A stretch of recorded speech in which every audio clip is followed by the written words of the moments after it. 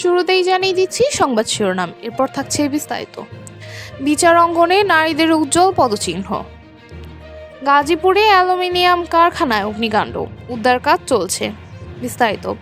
ভারতীয় উপমহাদেশে প্রায় 100 বছর আগে কর্নেলিয়া সোহরাওয়ার্দী প্রথম নারী আইনজীবী হিসেবে নাম লিখিয়েছিলেন।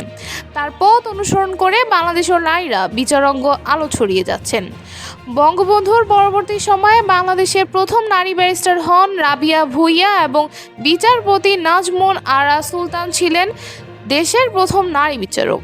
বর্তমানে বাংলাদেশের মোট 2179 জন বিচারকের মধ্যে 625 জন নারী বিচারক রয়েছেন এবং সুপ্রিম কোর্টে 10 জন নারী বিচারপতি কার্যরত রয়েছেন। বাংলাদেশ মহিলা জজ অ্যাসোসিয়েশনের মহাসচিব ফারজানা ইয়াসমিনের বলেন, আমি আশা করি বিচারাঙ্গনে নারীদের আরও বেশি ভূমিকা থাকবে এবং বিচার বিভাগ আরও শক্তিশালী হবে।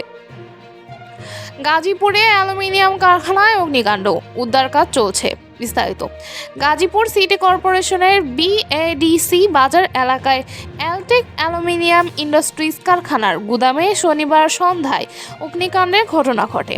এলাকাবাসী ও ফায়ার সার্ভিস জানায়, আগুন দ্রুত ছড়িয়ে পড়লে ফায়ার সার্ভিসের 6টি ইউনিট ঘটনাস্থলে পৌঁছে আধা ঘন্টার মধ্যে আগুন নিয়ন্ত্রণে আনে।